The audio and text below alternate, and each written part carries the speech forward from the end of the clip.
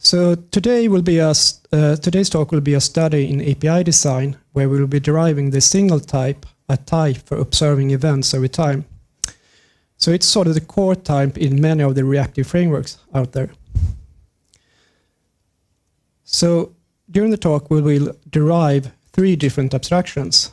We will start out with a disposable type that we use for lifetime management, and to have a structured way to clean up long-living resources. And then we will build a helper callbacker type that will make it easier to work with registration and deregistration of callbacks. And finally, we'll arrive at the signal type for observing events over time, sort of an abstraction that unifies APIs that we're used to, like notifications, delegates, key value observing, and target actions. So if we would design an API for observing events over time, we might start out like this.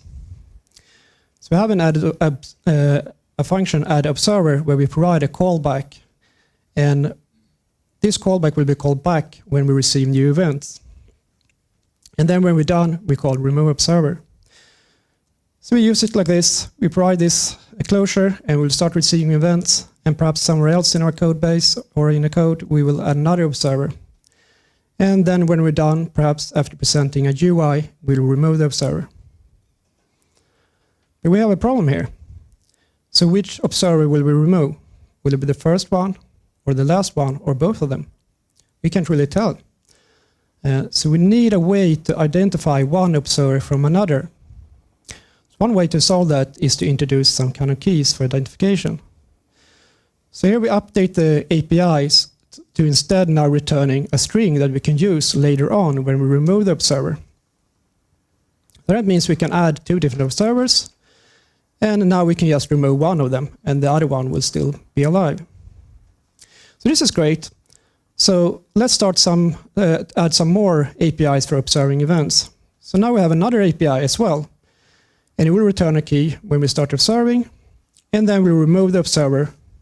But wait, now we're using the key from another API for our first API, and that won't work, right? We don't know really what happens here. It sort of depends on the implementation. It might be just ignoring it, and then we probably have some subtle bug to figure out. Or we might add some precondition to validate the key, and then we'll have a trap, crashing the app. So it would be great if we could sort of improve this API to make it more safe, or sort of stop us from using the key from one API in another. So one way to approach that is to actually introduce a custom type per API. So in this case, we have the observer key, and we also make the initializer private, which means that we only allow the implementation to create new keys. And that is in comparison to when we use a string, which anybody can create. So the API looks like before, but now we return this observer key instead of a string. And also means that we can have 2 different APIs, and they return keys of different kinds. So if we try to use one key for the other, the compiler will complain. So this is much better. But if we start to add more of these APIs and use them, for example, when we have a controller that will present some UI, it will soon be obvious that it will be a lot of keys to keep track of. Maybe we will be observing button events or text field changes and notifications going on. And the work to sort of doing the cleanup and having control of all these keys will be quite painful, and it's really easy to miss something. So the main problem here is sort of the cleanup part, where we want to remove the observer. So could we simplify this part? So one way we can approach this to sort of avoid having to work with the keys and calling this explicitly is to actually return something that sort of does that for us. So we return a closure wrapping this call. So that means when we had before these 2 APIs, add observer, remove observer, we can now merge them into one API. So we still provide the callback, but instead of returning a key here, we return a closure, a function that we should call for doing the cleanup. So we use the API as before. We start listening on events, and we get back this function to call when we're done. And when we're done, we call it. So this leads us up to the first abstraction, the disposable. So we could improve the readability of the previous slide by, instead of returning this closure directly, we could have a type alias for it. But it's even better to introduce a type, in this case a protocol. Because when you have a type, you can add extensions to it, and also more explicit when you actually do the cleanup when you call the dispose method. So our previous API now becomes or returns a disposable, and we get the disposable back when we start listening on events, and we call dispose to clean it up. So maybe the most basic implementation of this disposable protocol is a disposer type, which just holds one action for cleanup. So when we do a dispose on that one, we call that action, but we also make sure to clear that action out afterwards. So that sort of helps us with two things. One is that we won't, if we call dispose again, we won't call this cleanup more than once. Another one is when we release this disposer, we won't hold on to the closure that in itself might hold on to other resources that is captured. So disposer is also a reference type, which means that several instances can hold a reference to it, and when it comes down, the reference goes down to 0, we will also do the cleanup.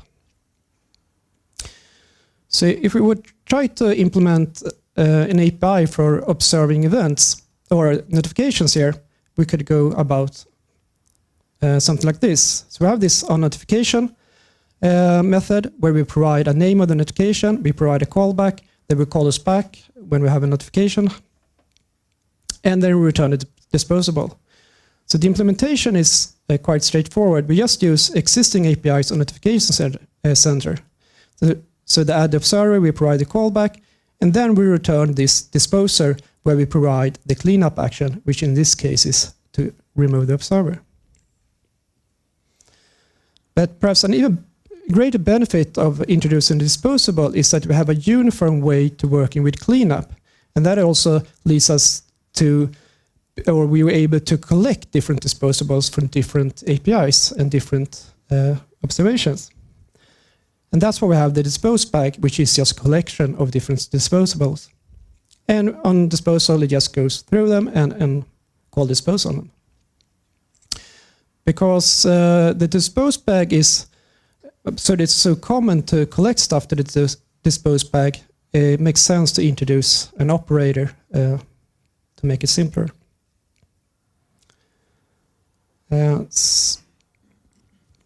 So if we go back to the example we had with the controller earlier on, where we had sort of kept track of all these keys, we now get back disposables and we can use our new bag. So this is simplified to this. So instead of all the keys, we just have one bag now. And when we add the observer, we get a disposable back and we add it to the bag. And when we clean up, we just call dispose on that bag.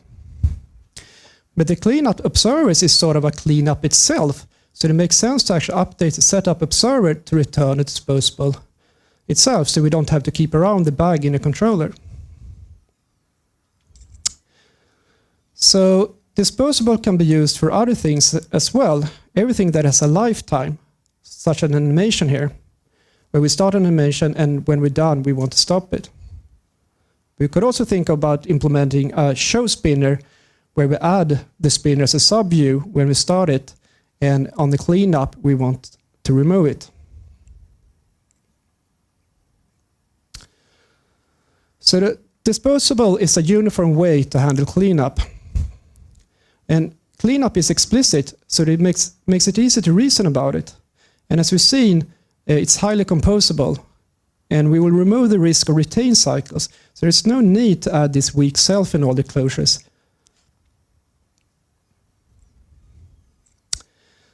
So we saw when we implemented onNotification how we use existing APIs, but we never really showed how to implement our own event API. But we saw when we derived this API that we were sort of working with some keys, and we know that we provide callbacks, so we probably like to store them somewhere. So we have a key of some sort. We have a callbacks, which could be a dictionary from key to our callback and a way to generate keys. So having this, the implementation on an event is quite straightforward. So once we get a callback, we generate a key, we add the callback to our callbacks, and then we return this disposer that will remove the callback when we're done. And to notify new events, we just iterate through all currently registered callbacks and call it with the event. But if you look at this code, it's not that much in this code that's sort of unique or specific for the on-event API. Most of it is probably something we can reuse, and that brings us to the Callbacker. So we saw from the previous slide that we keep track of the callbacks, and we have a way to adding and removing callbacks and a way to call the callbacks. And let's move that into the Callbacker type that is generic on the callback type. So we have the add callback to add a callback, and that returns a disposable, they will remove it, and then we have a function to call all the callbacks with a value. So if we update the previous API on event, we probably will have a private callbacker somewhere, and the API itself is really basic now, or the implementation. You just take the callback and forward to the callbacker. And when you want to update with an event, you just ask the callbacker to call all currently registered callbacks with the event. So the Callbacker is a usable helper for managing callbacks that avoids a lot of repetition of code. But having a shared implementation also allows us to add thread safety and other optimizations. So this leads us up to the final abstraction to abstract the Observer API itself. So this is what we have so far. So what is unique for the on-event Observer API here? It's just the on-event name itself and the event type. So we could consider adding some kind of type alias to make it generic on the event type. And that brings us to the signal type. So we have this API. We add a type alias for it. But as we said before, when deriving the disposable type, it makes sense to add a type itself because then we can add extensions to it. So we just move this inside to the signal type. So that means when we had before this on-event API, now just become an instance of signal. And when we before called the on-event directly, now we have an instance of events and we'll use the on-value call instead. So if I apply this to the notification API we built before, we can update it to now instead of passing a callback, we return a signal instead.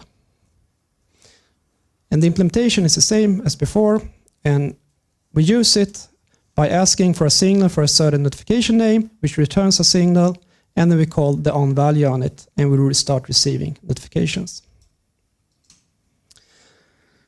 So here we see that we have two different APIs for observing events that both are unified by the signal type. There's a lot of advantages to having a common type sort of abstracting different observation APIs, because now we can add functionality that applies to all observation APIs. For example, adding a map. So you probably use map if you've been working with an array and optionals, and even other types. It's quite common for types that wraps sort of values to have a map. So map just takes a transform function that converts the value the current signal have to a new value, potentially of a new type, and then it returns a new signal that represents this transformation. So the implementation is quite simple for this one as well. Once we get a callback, we start listening on values, and every time we get a value, we apply the transform, and then we call the callback to forward the value to the signal that we returned. So for example, if we have our event signal we had before, we can map it to a signal of a Boolean type that tells us whether or not to enable a button. In a similar fashion, we can add other transformations, such as filter. Here instead, we take a predicate that tells whether or not we should forward an event. The implementation just evaluates the predicate. If it's true, we forward the event. If it's false, we will just discard it. So you can see here that both map and filter returns signals, and that makes it really convenient to chain different transforms. So if we start out with our original event signal, we can apply a filter to just filter out the UI events, and then we map it to whether or not to enable the button. And on that signal, we ask start receiving updates, and then we up the state of the button.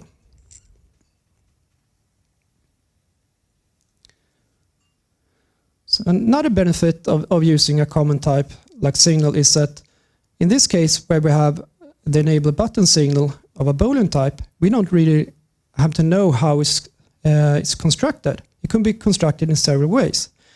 For example, we can construct it like we did from the previous slide, where we had the event and apply a filter and a map. But we could also set it up as using our notification API and then map on some user info inside the notification to decide if we should enable the button or not. But another option is that we just mock it for a unit test. So the signal uniforms APIs for observing events over time, and it hides the underlying logic. And a signal could easily be passed around, and you can apply different kind of transformation on it. And as you saw in the previous slide, you can use it interchangeably. So in this talk, we derived 3 different abstractions. We started out with a disposable type for lifetime management, and then we built the Callbacker helper to make it easy to work with callbacks. And finally, we arrived at the singular type for observing events over time. So these 3 types are part of an internal framework we have here at iZettle called Flow that we use a lot. And actually earlier today, we open sourced Flow. So what is Flow?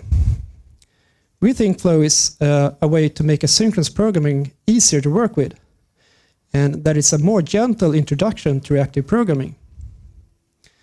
But Flow also supports other abstractions, such as a future type for asynchronous operations. So Flow has been sort of designed and evolved during the course of many years, and we sort of built it to solve real problems. It's a really pragmatic approach to design. And as I mentioned before, we use it all over our frameworks in our app. And we think when we started to use Flow, it's been a real great sort of increase the joy and productivity working with our app. And it's led to code that is both easier to read and understand, and especially to reason about.